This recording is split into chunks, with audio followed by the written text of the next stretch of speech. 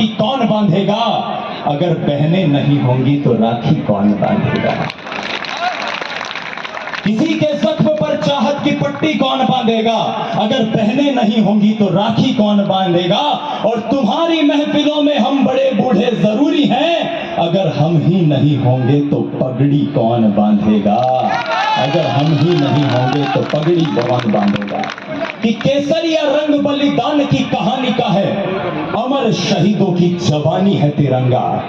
मैं देश भर में कविता पढ़ता हूं, आपके शेखावाटी का बेटा शेखावाटी का गुणगान करता है पूरे देश में।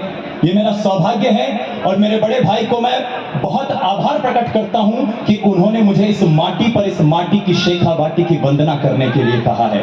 तब कहता हूं कि केसरिया रंग बलिदान की कहानी का है, अमर शहीदों की जवानी है तिरंगा। शुभ्र सफेद रंग शांति का द्योतक है, गीता उपदेश जिन वाणी है तिरंगा। हरा रंग सिखलाता प्रकृति से प्रेम करो, धरती मां की चुनर धानी है तिरंगा। और बीच में अशोक चक्र जयते श्रमेव कहे, देश की तरक्की की निशानी है तिरंगा। देश की तरक्की की निशानी है तिरंगा। तालियां उठे उस झुंझुनू के बेटे कैप्टन कंपनी हवलदार पीरू सिंह के नाम पर, जिसने राजस्थान को पहला परमवीर चक्र दिया। एक बार जोरदार तालियां हो कैप्टन परमवीर पीरू सिंह के नाम पर। और पीछे भी मेरे साथी जिनके हाथ खाली हैं, हवा में लहरा दीजिए अपने हाथ। ये मातृभूमि की सेवा के लिए तालियां बज रही हैं। ये तालियां इस झुंझुनू की माटी से उन बेटों के लिए पहुंचे जो बेटे इस समय सरहदों पर सुरक्षा में रत हैं, ताकि झुंझुनू में हम सुरक्षा से ये विशाल किसान सम्मेलन सुन सके। तब कहता हूं कि क्या है शेखावाटी? अगर आप भूल नहीं गए हैं तो इसी झुंझुनू की माटी का वो बेटा था शिवराम सिंह सिराधना, जिसने जान देकर भी पुलवामा का बदला लिया था साहब। वो आंखें पूरे देश की, वो दृश्य पूरे देश की आंखों को गमगीन कर गया जब ये खबर आई थी। आप झुंझुनू के हैं, आप मुझसे ज्यादा जानते हैं कि जब उनकी अंत्येष्टि हो रही थी तभी उनको पुत्र रत्न की प्राप्ति हुई थी। इससे बड़ा क्या बलिदान होगा? बलिदान की वो घटना आपको 2 साल पहले की ओर ले जाता हूं, जब घरडाना खुर्द का बेटा कुलदीप सिंह राव सीडीएस बिपिन रावत की रक्षा करते हुए हेलीकॉप्टर में प्राण गंवा देता है। ये शेखावाटी वो जमीन है।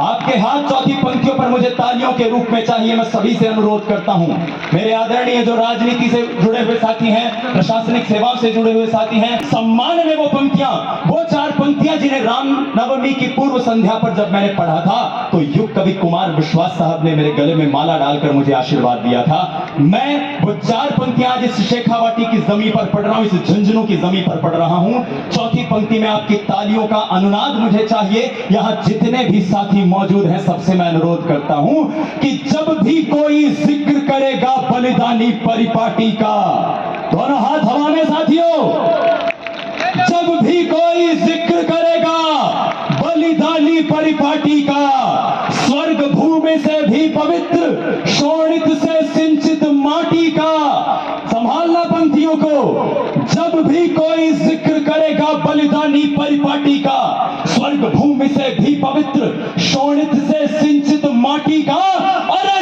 जब भी कोई जिक्र करेगा शक्ति शौर्य शहादत का, सबसे ऊपर नाम रहेगा मेरे शेखावाटी का। सबसे ऊपर नाम रहेगा मेरे शेखावाटी का। आदरणीय मुकेश भाई साहब, एक आंकड़ा बताता हूं आपको। अखबार का 2018 का आंकड़ा है कि भारतीय सेना के जितने बेटे इस देश की सरहदों की सुरक्षा में शहीद हो गए, उनमें से करीब 1550 बेटे हमारे राजस्थान के हैं। और टिप्पणी के अंत में आपकी तालियां मुझे मिले किसान साथियों। ये हमारी शेखावाटी का गर्व है, दम्भ है, स्वाभिमान है कि उन 1550 बेटों में से हर दूसरा बेटा हमारी शेखावाटी का है। हर दूसरा बेटा हमारी शेखावाटी का है। ये शेखावाटी वो जमीन है जहां कंपनी हवलदार पीरू सिंह ने राजस्थान को पहला परमवीर चक्र दिया। ये शेखावाटी वो जमीन है जहां के बेटे शिवराम सिंह सिराधना ने जान देकर पुलवामा का बदला लिया। ये शेखावाटी वो जमीन है जहां माओ ने लोरियों में वीरता के गीत सुनाए हैं। अरे मंदिरों में इतनी मूर्तियां नहीं, सड़कों पर कितनी शहीदों की प्रतिमाएं हैं।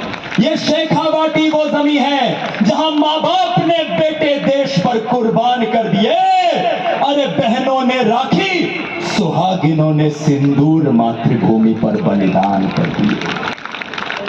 सुहागिनों ने सिंदूर मातृभूमि पर बलिदान कर दिए। और आज का यह सम्मेलन इसलिए भी महत्वपूर्ण हो जाता है क्योंकि मैं पिछले 2-2.5 महीने से इस पूरे कार्यक्रम की रूपरेखा से जुड़ा हुआ था और एक बड़ा दिलचस्प प्रसंग आज आपको सुनाता हूं। उसके बाद अपनी कविताओं को आपके बीच में प्रस्तुत करूंगा कि जब राम का वनवास के बाद राज्याभिषेक हो रहा था तो उन्होंने भरत से कहा कि भाई सभी को निमंत्रण दे देना। ये कहानी आप तक पहुंचे साथियों, और इस कहानी को मैं क्यों सुना रहा हूं ये मैं बाद में बताऊंगा आपको कि सभी को निमंत्रण दे देना।